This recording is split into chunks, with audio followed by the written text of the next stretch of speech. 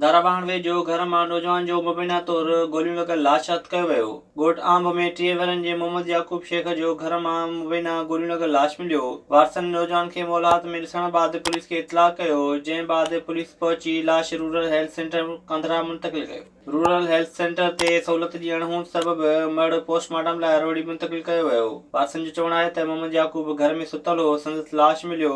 हुननि को बि गोली जो आवाज़ न ॿुधो। पीपी अॻवान सैयद हुसैन शाह जीलानी चयो आहे त मुआशरे में औरतुनि खे मिलियल हक़ मिलण घुरिजनि। टंडे मस्ती में प्रेस कॉन्फ्रेंस कंदे सैयद हुसैन शाह जीलानी चयो त इमरान खान जी हुकूमत में अवाम हाणे ॿिनि वक़्तनि जी मानी लाइ बि परेशान आहे। हुन चयो त पीपल्स पार्टी वाहिद सियासी पार्टी आहे जेका मुल्क जे ग़रीब अवाम जी ख़िदमत करे सघे थी। संदसि चवणो त पीपी औरतुनि खे हक़ ॾियण जी हामी आहे। मुआशरे में खेनि समूरा हक़ मिलण घुरिजनि। पीपी अॻवान हुसैन शाह जीलानी चयो त हू औरतुनि खे हक़ ॾियण जी हिमायत जारी रखंदा। घोटकी वेझो भुट्टा बिरादरी ॿिनि धुरनि में मामूली ॻाल्हि तां झेड़े जे नतीजे में 6 ॼणा ज़ख़्मी थी पिया।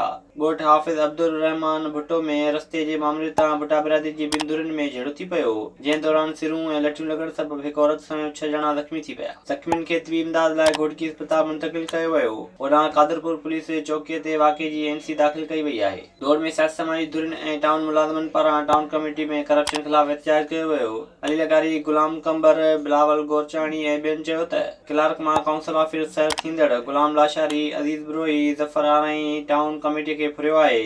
हुननि चयो त 1 साल खां पघारूं न मिलण सबबि संदनि बचा बुख काटण ते मजबूर आहिनि। अॻवाननि मुतालबो कयो त टाउन कमेटी जे करप्ट अमलदारनि ख़िलाफ़ कार्रवाई करे संदनि इंसाफ़ कयो वञे। विज़िट कयो अवामी आवाज़ मीडिया ग्रुप जी वेबसाइट awamiawaz.pk।